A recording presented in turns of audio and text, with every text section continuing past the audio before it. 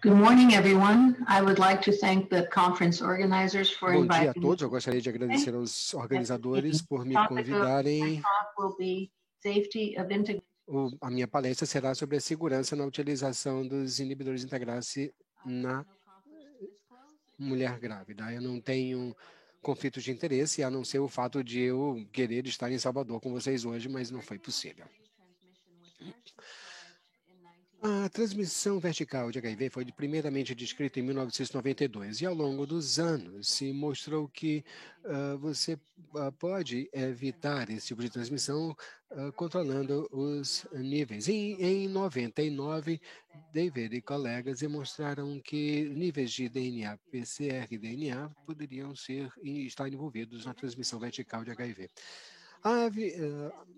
A prevenção da transmissão vertical foi o foco de diversos esforços ao longo dos últimos anos. O primeiro estudo que mostrou que o tratamento de prevenção podia funcionar foi exatamente esse do estudo clínico pediátrico publicado em 94, com a utilização do início às 16 semanas para evitar a transmissão vertical de HIV, reduzindo as taxas de transmissão a 8%, em comparação com 25% no braço placebo. Foi a primeira vez que antirretrovirais foram aprovados para evitar esse tipo de transmissão. Ao longo dos anos, houve desenvolvimentos muito importantes, como a descoberta do HIV, RNA, PCR, como isso se correlaciona com a progressão da doença e também com a transmissão da doença, bem como a era dos antirretrovirais altamente potentes, incluindo análogos não nucleosídeos e depois inibidores de protease, o que impactou significativamente a progressão do HIV.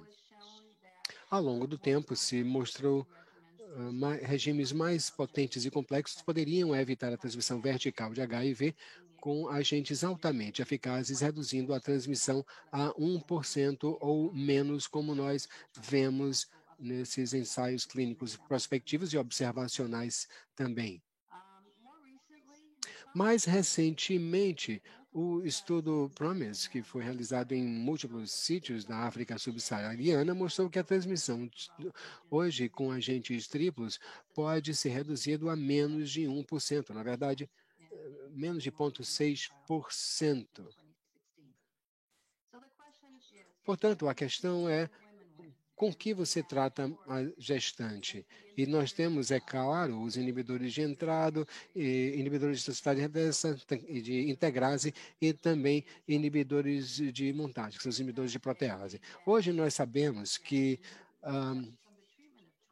o strand de integrase foi o tratamento de escolha para tratar adultos não gestantes e também crianças. O padrão é que, de maneira geral, o mesmo esquema deve ser tratado em mulheres gestantes como em mulheres não gestantes também. Comecemos, então, a falar a respeito de raltegravir. Raltegravir é tomado 2 vezes por dia, é um antirretroviral, um inibidor de integrase que foi estudado significativamente ao longo dos últimos anos. E houve este estudo concluído recentemente, observando o raltegravir versus efavirenz, iniciado durante a gestação. O estudo enfocava em mulheres que haviam iniciado a terapia antirretroviral mais tarde na gestação, observando-se não apenas eficácia, mas a tolerabilidade e eventos adversos. Setembro de 2013 foi iniciado, concluído em fevereiro de 2018. Pacientes em múltiplos sítios nas Américas e na África subsaariana, bem como nos Estados Unidos. E o estudo recrutou mulheres entre 20 e 37 semanas de gestação, virgens de antirretrovirais. Amostras foram coletadas ao longo do tempo para os níveis de HIV, RNA, PCR, etc. Pacientes foram randomizados para receber o efavirenz, o raltegravir, ambos os grupos semelhantes, com 408 pacientes no total, e nós podemos observar aqui a proporção de pacientes com a carga viral no parto inferior a 200 cópias por ml. E nesse total foram 307 mulheres. E depois temos o abraço de raltegravir, foi mais robusto, causando um nível mais baixo de carga viral no parto. Isso foi particularmente verdade no grupo de mulheres que foram recrutadas mais tardiamente na sua gestação, como vocês podem ver no slide entre 28 e 37, com 70% das mulheres com efavirenz atingindo remissão virológica e 93% com remissão virológica com raltegravir. Destaca-se aqui, portanto, que o inibidor de integrase atingiu a remissão virológica mais rapidamente. A tolerabilidade foi, na verdade, superior com raltegravir, ainda que ambos os esquemas todos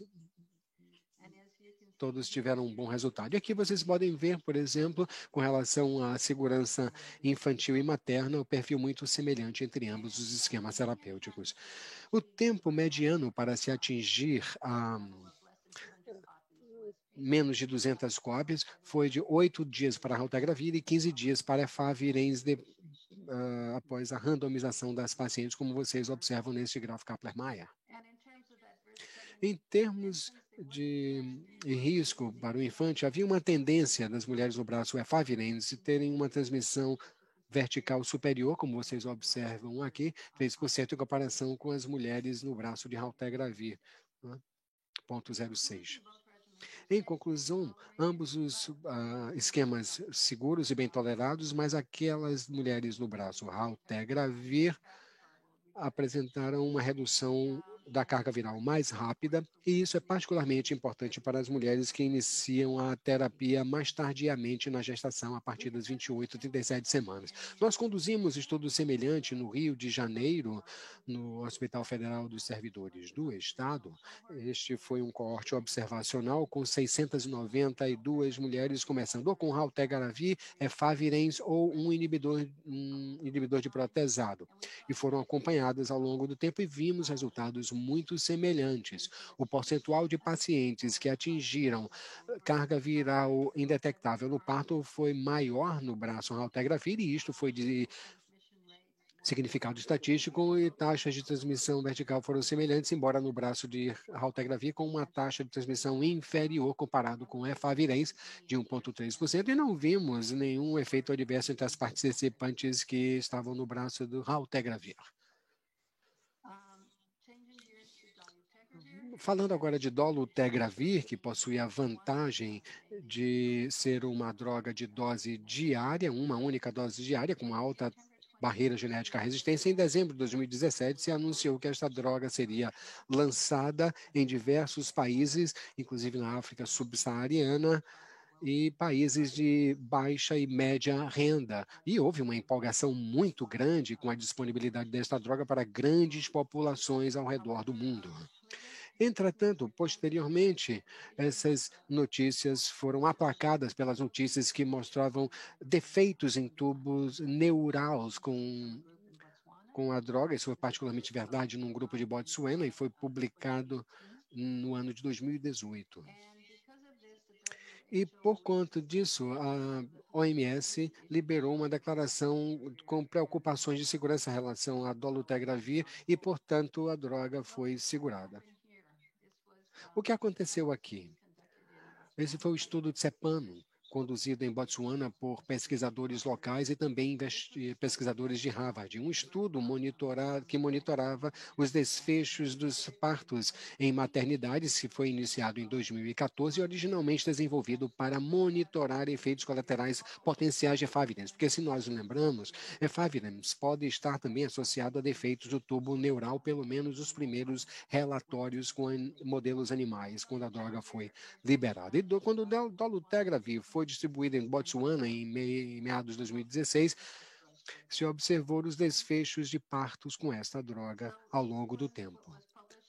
E isto foi publicado no New England Journal of Medicine em 2018. A OMS havia pedido à equipe de pesquisa que fornecesse dados preliminares disponíveis sobre a segurança desta droga, uma vez que estavam prestes a revisar as diretrizes para HIV/AIDS. E os pesquisadores no Instituto observaram os dados e notaram que pacientes que haviam recebido dolutegravir na concepção, em 4 casos de 426, quase 1% das pacientes havia defeitos de tubo neural, e esses eram evidentes também evidentes no momento do parto. Ou havia outros esquemas terapêuticos, incluindo dolutegravir após a concepção. Nós observamos aqui que também não houve eventos de defeito de tubo neural. Isso foi preocupante, especialmente porque a droga estava sendo lançada ao redor do mundo. E em março de 2019, os dados foram reavaliados com essa publicação do New England Journal of Medicine, porque mais pacientes foram envolvidos no estudo, e à época eles tiveram 5 casos de defeito de tubo neural em 1.683 pacientes que tomavam dolutegravir no momento da concepção. Essa prevalência foi calculada em 0,3% de defeito de tubo neural em comparação com outros esquemas, incluindo drogas sem dolutegravir na concepção, efavirenz na concepção, dolutegravir na gestação tardia e mulheres com HIV negativo. Isso levantou ainda mais preocupações, e a equipe de pesquisa foi diligente e recrutou mais mulheres agora para o estudo e continua a seguir pacientes ao longo do tempo. E uma atualização de mais mulheres, com mais mulheres incluídas no estudo, a taxa de defeitos de tubo neural observada em mulheres com dolutegravir no momento da concepção hoje se relata em 0,19%, e estes são dados mais recentes até abril deste ano. Portanto, a prevalência é de 2 por 1.000 nos relatórios mais recentes deste grupo de Botsuana. A prevalência entre outras drogas, como vocês podem observar, vai de 0,04% a 0,11%. Um outro estudo conduzido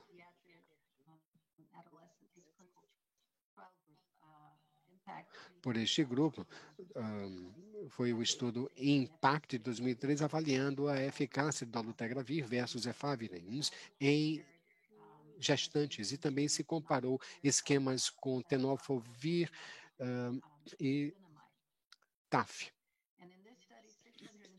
Neste estudo, 643 mulheres e seus bebês foram recrutados ao longo do ano. Esses foram os esquemas terapêuticos que vocês podem observar: efavirenz, TDF e FTC, um outro braço com dolutegravir, TDF e FTC, e um outro braço com dolutegravir, TAF e FTC.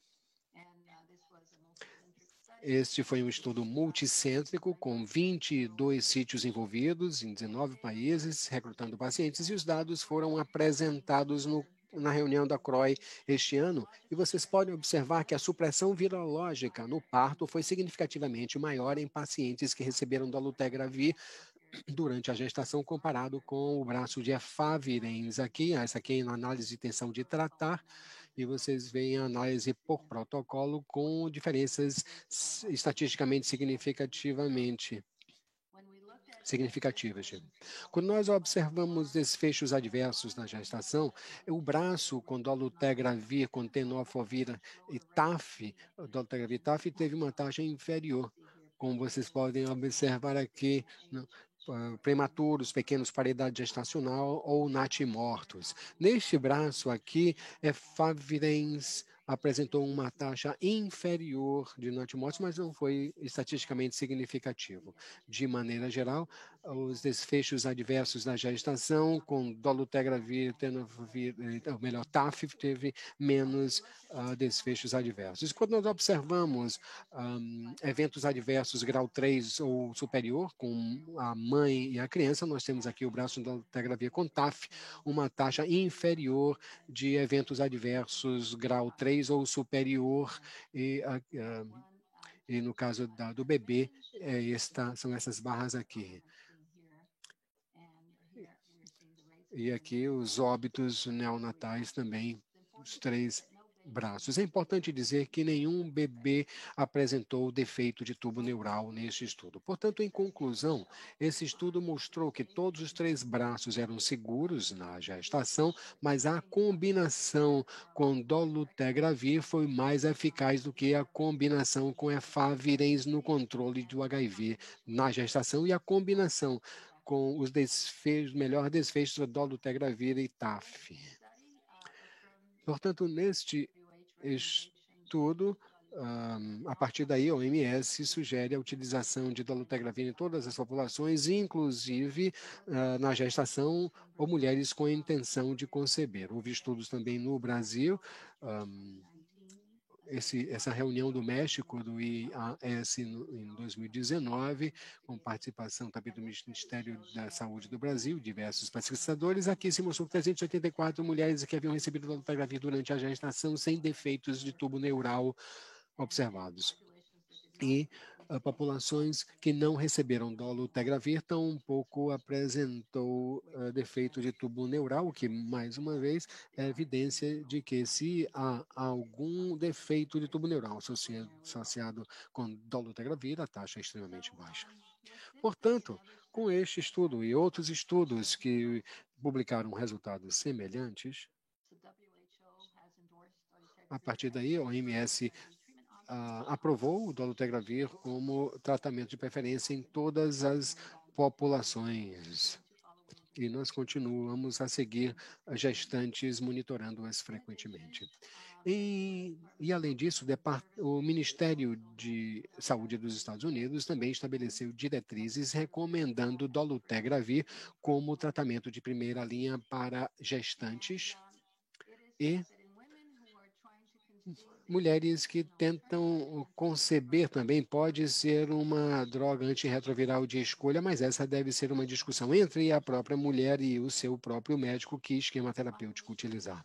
Finalmente, aqui nós temos uma tabela das recomendações mais recentes das diretrizes DHHS nos Estados Unidos. Nós vemos aqui, portanto, que dolutegravir é o tratamento de preferência para mulheres que não receberam ainda antirretrovirais, ou que estejam recebendo antirretrovirais na gestação pela primeira vez, que devem continuar o esquema em que estiveram durante a gestação, e se começarem com antirretrovirais durante a gestação, também é a droga de preferência.